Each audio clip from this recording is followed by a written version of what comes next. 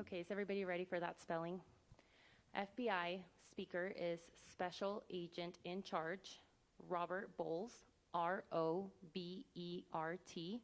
last name B-O-H-L-S. And then for the Utah Department of Public Safety, we have Commissioner Beau Mason, B-E-A-U,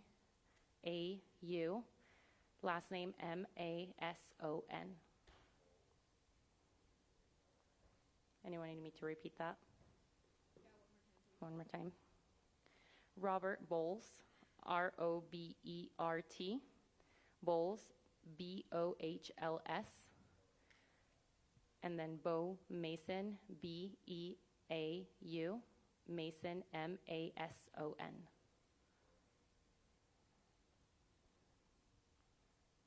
Everybody got that? Perfect. Hi, everyone. My name is Hillary Kellner. I'm the Communications Director for the Utah Department of Public Safety. Today, we will have two speakers, one representing the state of Utah and one representing our federal agencies. They will be providing some updates as well as a recap of what happened here at Utah Valley University yesterday. We will be able to take a couple of questions after they are done speaking, but it will be short in order to stay in tune with the president speaking at 9:45. So I'll go ahead and introduce Commissioner Beau Mason.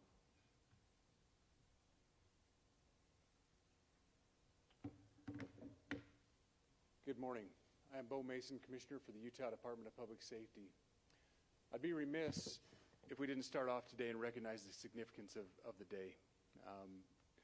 Historically, on 9/11, law enforcement has come together as a group to recognize and honor those that sacrificed to preserve the ideals of this country, the freedoms of this country. And instead, we find ourselves today hunting a murderer who chose to violate our rights, the rights of an individual within this country. Just to recap yesterday's events, at around 12:20 p.m., political influencer Charlie Kirk was at Utah Valley University participating in a student-sponsored event with Turning Point USA. Charlie was shot at that event. He was transported to a local hospital where he later passed. Last night, his body was moved to the state office of the medical examiner. We will continue to facilitate movements to get him home today and with his family. Yesterday, during the investigative process, we located a couple of persons of interest. We interviewed those individuals, and after releasing them and after clearing them of being suspects, they face scrutiny, they face threats. We asked the public to be patient with the investigative process. These individuals were not suspects, they were people of interest. We ask that you do not impose into those people and that investigative process. They don't deserve that harassment for being subject to that. I'd like to thank all the investigators that are involved in this. They have worked around the clock, all day yesterday, through the night last night. Investigators from the State Bureau of Investigations, from county, from city agencies, the university, our federal partners with the FBI, the ATF, and many others. Those are just a few of the people that we have involved in this. I'd like to thank all of them for their strong work. Through all that work last night, we were able to make a few breakthroughs. We were able to track the movements of the shooter. Starting at 11:52 a.m., the subject arrived on campus, shortly away from campus. We have tracked his movements onto the campus, through the stairwells, up to the roof, across the roof to a shooting location. After the shooting, we were able to track his movements as he moved to the other side of the building, jumped off of the building, and fled off of the campus and into a neighborhood. Our investigators have worked through those neighborhoods, contacting anybody they can with doorbell cameras, witnesses, and have thoroughly worked through those communities, trying to identify any leads. We do have good video footage of this individual. We are not going to release that at this time. We are working through some technologies and some ways to identify this individual, If we are unsuccessful, we will reach out to you as the media and we will push that publicly to help us identify them. But we are confident in our abilities right now, and we would like to move forward in a manner that keeps everyone safe and moves this process appropriately. Last night I communicated with Erica. That family's devastated.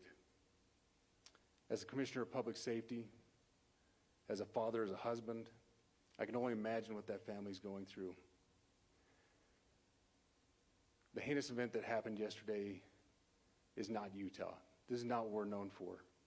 Over the past several weeks, we've seen this state come together to help families in mourning, come together as a community to show what Utah is known for a state of character, of service, of camaraderie, of a neighboring feel. We will not stand for what happened yesterday. We are exhausting every lead. We have every officer invested in this, every investigator, every local agency. The outpouring of support from the law enforcement community has been astounding. We are investing everything we have into this, and we will catch this individual.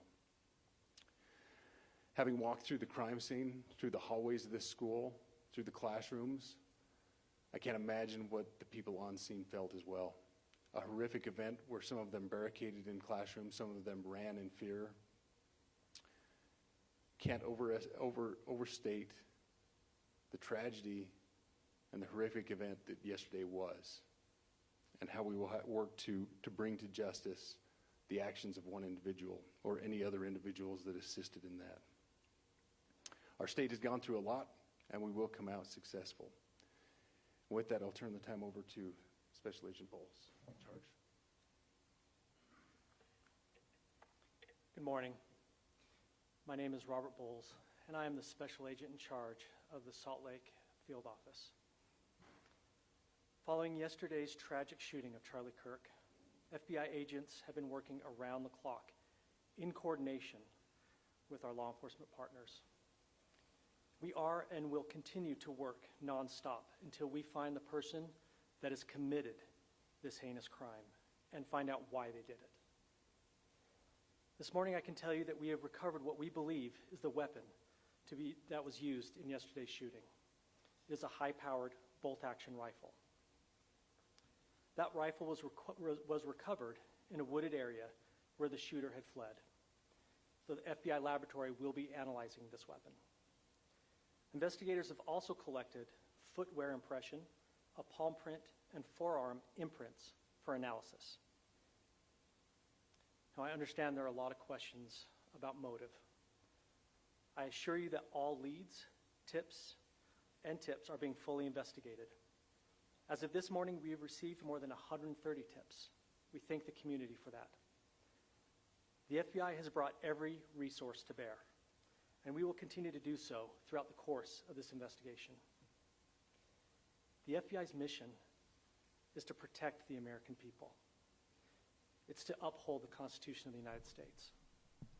Any attack on the First Amendment is an attack on the very foundation of our democracy. That is why we will relentlessly pursue this case and the shooter until we find him. We also continue to grieve with the family and the community. It's our community. If you have any video or images from the shooting, we ask you to please submit them to our digital media tip website at www.fbi.gov/Utah Valley Shooting. You can also call the FBI at 1-800-CALL-FBI. We truly rely on the public's help in these types of cases, and no tip is too small or insignificant. Thank you.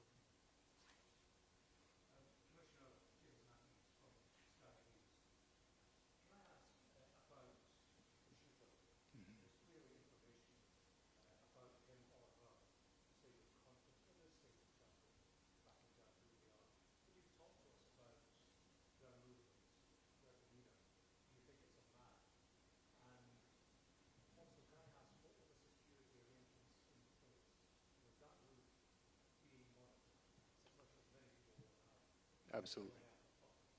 So what I'll release about the suspect is suspect blended in well with a college institution.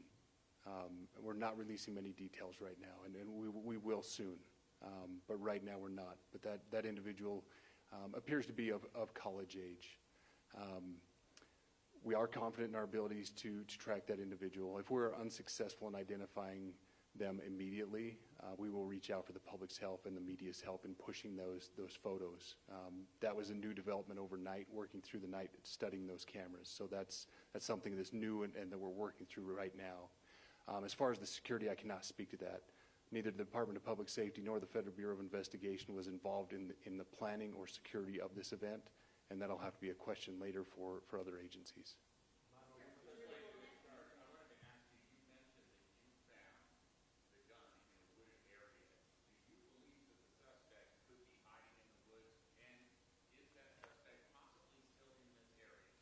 So that's a good question, and it's a question that goes to the safety of the community, right?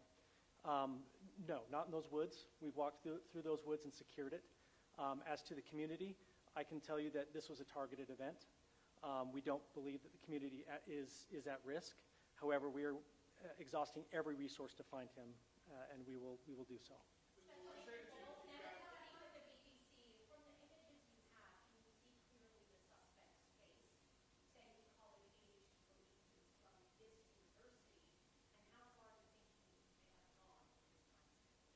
So I can't comment specifically on his face or any details such as that, as it's continuing to be a part of the investigation, and again, we'll release that shortly. However, we're doing everything we can to find him, and we're not sure how far he has gone yet, but we will do our best.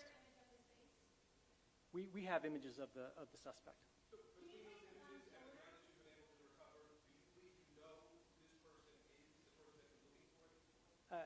Again, as part of the investigation, we're not releasing any details such as that right now.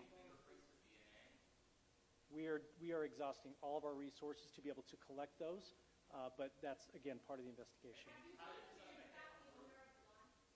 Excuse me?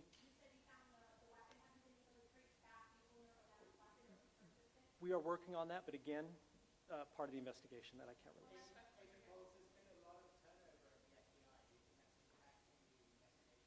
Not at all. We've got complete and total support from everyone, from the director on down, and it's been an incredible supportive environment so far.